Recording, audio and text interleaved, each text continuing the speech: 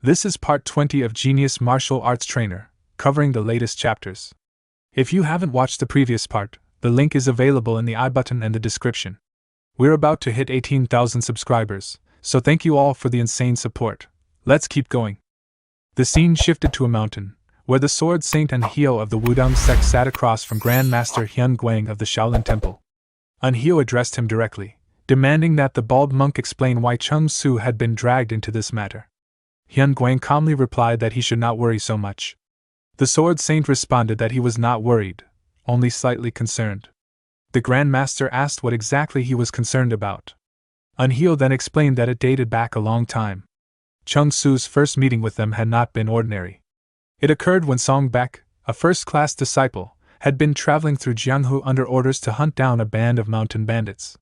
After hearing that a nearby village had been attacked, Song Baek rushed there as fast as he could. What he found upon arrival was a mountain of bandit corpses. Sitting atop that pile was a child who looked no older than 10.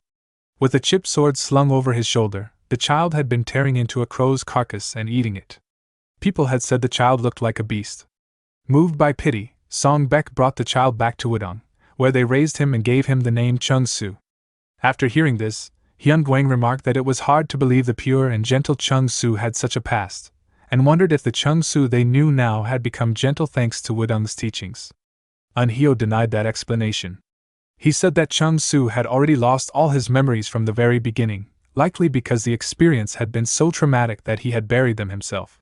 As Chung Su learned the principles of flow, Anhyo had hoped the turmoil within him would settle, even slightly. However, he acknowledged that the world was not made only of beautiful things.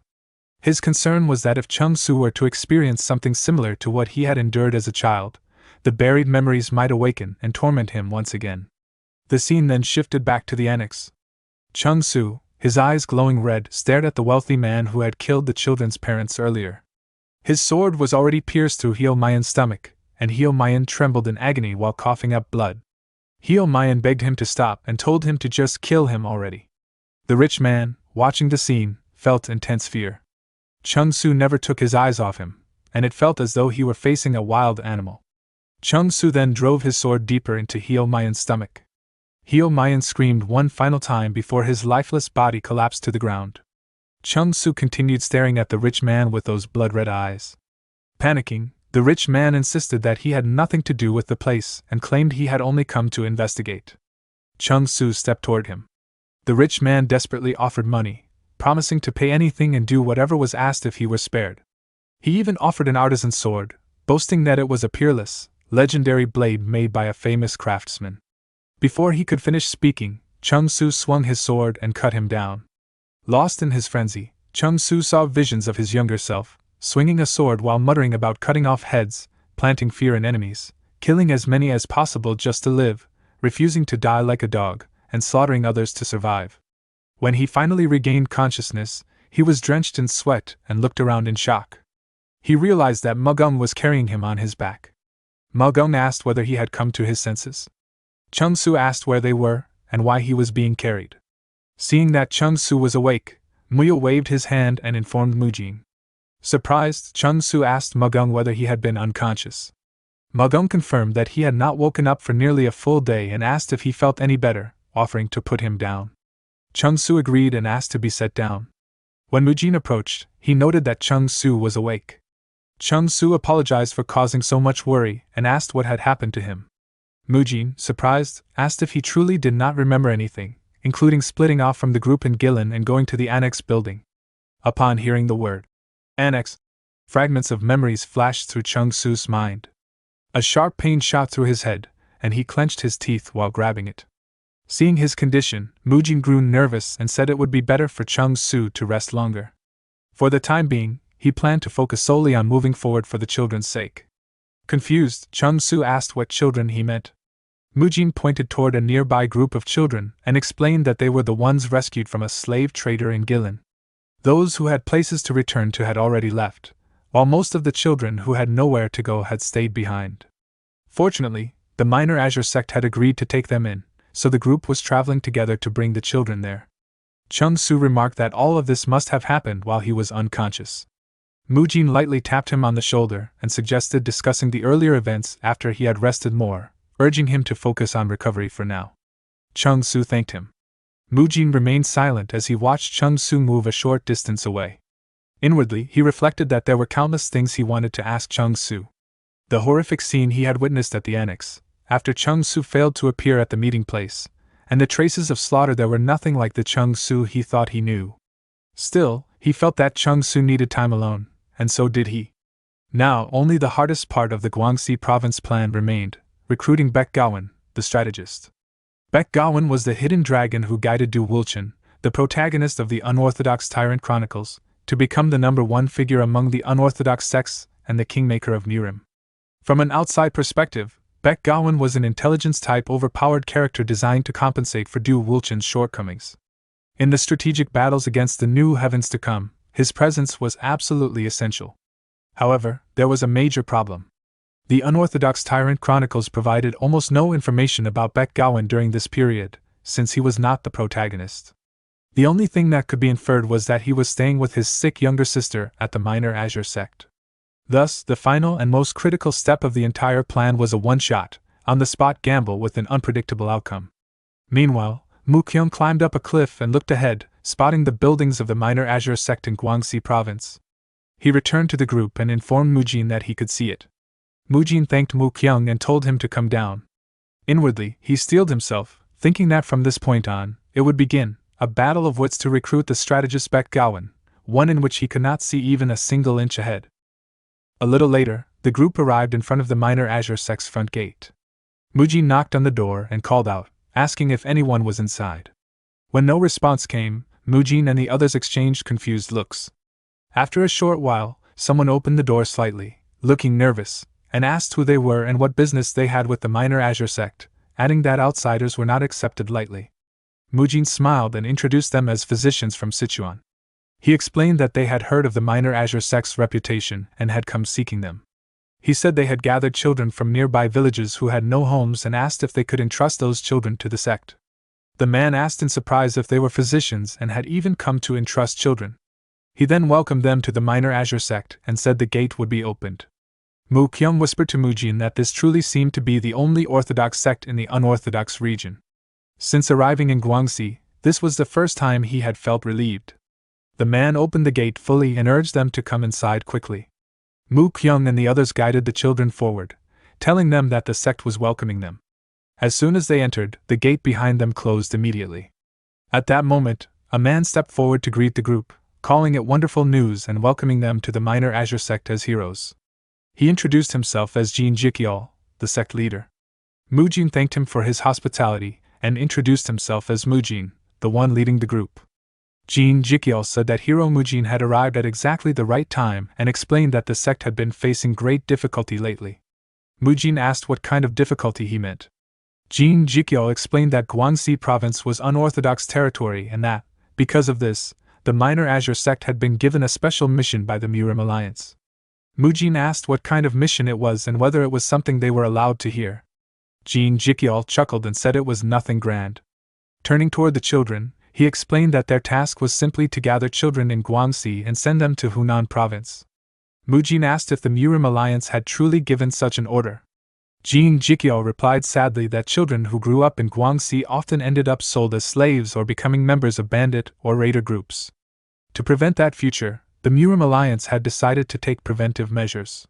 Since the minor Azure sect was the only orthodox sect in Guangxi, all of that responsibility had fallen on them. Mujin then asked what the difficult situation was. Jin Jikyol explained that some time ago, a plague had begun spreading among the children under their protection. Starting about 2 months earlier, the children had developed unexplained high fevers and rashes. All the sect could do was isolate them. In such a remote region, calling for a physician was difficult, so they had no other choice. He shamelessly asked whether the physicians would be willing to take a look at the children. A little later, Mujin and Mugum covered their faces with masks and their hands with gloves as they prepared to enter the isolated buildings. Mujin thought that this had not been mentioned in the unorthodox Tyrant Chronicles. Still, as long as he circulated his inner energy, he should not catch the plague. He knew he would have to face it head-on if he wanted to recruit Baek Gowon, and if his guess was correct, they might even be able to cure it using a particular method. Once ready, Mujin told Mugum that they were going in. Mugum wondered why he had to go in as well, Mujin pushed open the door and stepped inside, immediately smelling an odd stench. He wondered what kind of smell it was. Magung noticed someone standing in the darkness and quietly pointed it out to Mujin. A child covered in rashes approached them and warned them not to come any further, saying the illness could spread and that no one had recovered from the plague yet. Magung observed the child and thought that the rashes were exactly as they had heard. He wondered what Mujin was trying to do, since they were not real physicians. The child said that if there was any improvement, he would come inform them and urge them to turn back, warning that it was dangerous. Magung was about to say something but stopped when he saw Mujin moving toward the child. He called out in alarm, asking what Mujin was doing. The child also looked confused by Mujin's actions. As Mujin drew closer, the child said that Mujin was not from the minor Azure sect. Mujin replied that this was correct and explained that they were physicians from another region who had stopped by the sect to entrust some children. He added that they had heard there were patients there and had come to take a look. Hearing this, the child's eyes widened in shock. He asked whether Mujin had brought children there and suddenly grabbed Mujin's hand, confusing him. The child removed the mask covering his face and urgently told Mujin to listen carefully to what he was about to say. Seeing the skin beneath the mask, Mujin noticed that it was completely free of rashes. The child told Mujin to take the children and leave immediately, warning that the minor Azure sect was not the kind of sect they believed it to be. Meanwhile, elsewhere within the minor Azure sect, Chung Su sat alone with his back against the wall, staring at his hands as if they were soaked in blood. He thought that the memories of that day were hazy, as though covered in fog, but the sticky sensation of murderous intent and rage, compressed into something tangible, still remained in his hands. He let out a sigh and muttered to himself, wondering what this feeling was and how something like it could ever be erased. At that moment, he heard a voice nearby telling someone to come this way. He turned his head to see who it was.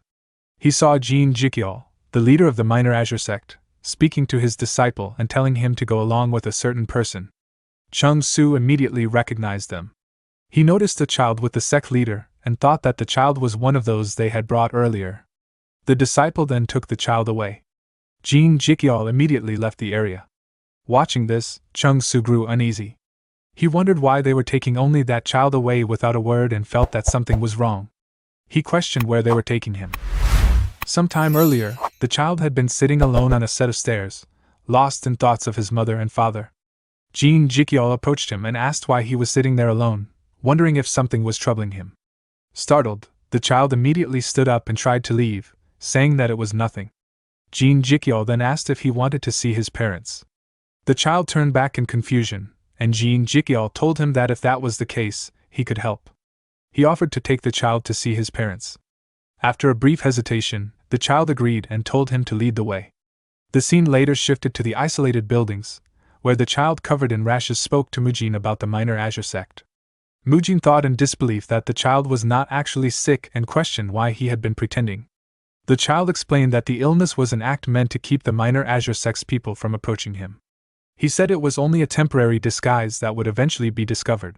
He revealed that although the minor Azure sect was known to be protecting children under the Murim Alliance's orders, that reputation was false. They spread believable rumors, looted anyone who brought a child there, and eventually sold the children elsewhere. He warned that it was a trap. While he himself had circumstances that prevented him from leaving, it was not too late for Mujin and the others. Mujin reflected that the child had been boldly deceiving adults. If someone that clever had stayed here instead of escaping long ago, then there was no doubt about it. The child had to be Baek Gawan. The circumstances he mentioned must have referred to his younger sister, Baek Garyang, who was sick and unable to move. That confirmed he truly was here. Mujin removed his mask and thanked the child for the warning, saying that they would not run away on their own. He reassured him that they would handle the situation themselves. Elsewhere, a disciple and the child arrived in front of a large wooden gate. The disciple told the child that they had arrived. The child asked if his parents were inside. The disciple replied that they were and said that if the child went inside, he would be able to meet them. He then opened the door and entered the room with the child.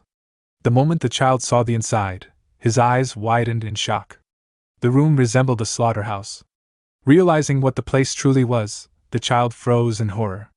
With a dark expression, the disciple told him that, just as promised, he would let him meet his parents. Terrified, the child immediately turned around and tried to run. The disciple swiftly grabbed the cloth wrapped around the child's neck, dragged him to a table, and slammed him down. Holding the child's right arm firmly, he picked up an axe and demanded to know where he thought he was going. He mocked the child for wanting to see his parents, complaining that the meat they had stored had gone bad, leaving them unable to eat for 2 months. He asked if the child had any idea how much everyone had been holding back. He said they would send the child to his parents, but only after using him first. Trembling, the child begged to be spared. The disciple raised the axe and remarked that there did not seem to be enough meat, so they would simply have to share it properly. Seeing the raised axe, the child cried out for help. At that moment, the disciple heard a noise from the door and turned toward it in confusion. He saw Chung Su bursting through the door and laughing as he unleashed several sword-sheath slashes toward him.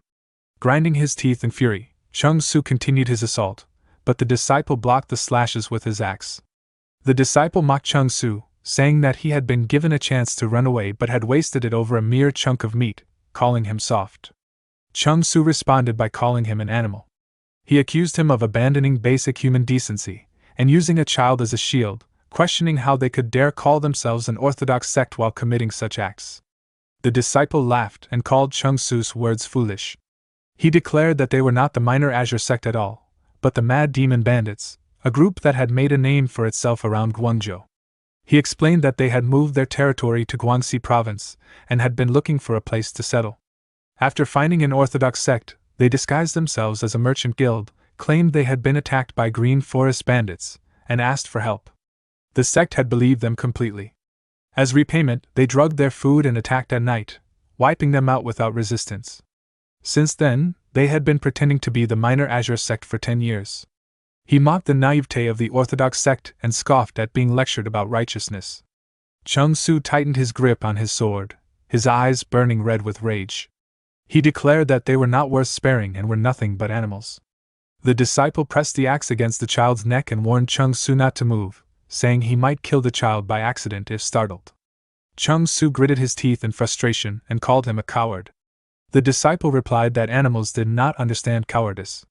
He added that Chung Su had more important things to worry about than a mere piece of meat, revealing that he had sent Chung Su's companions a little gift, food laced with a generous amount of paralysis poison.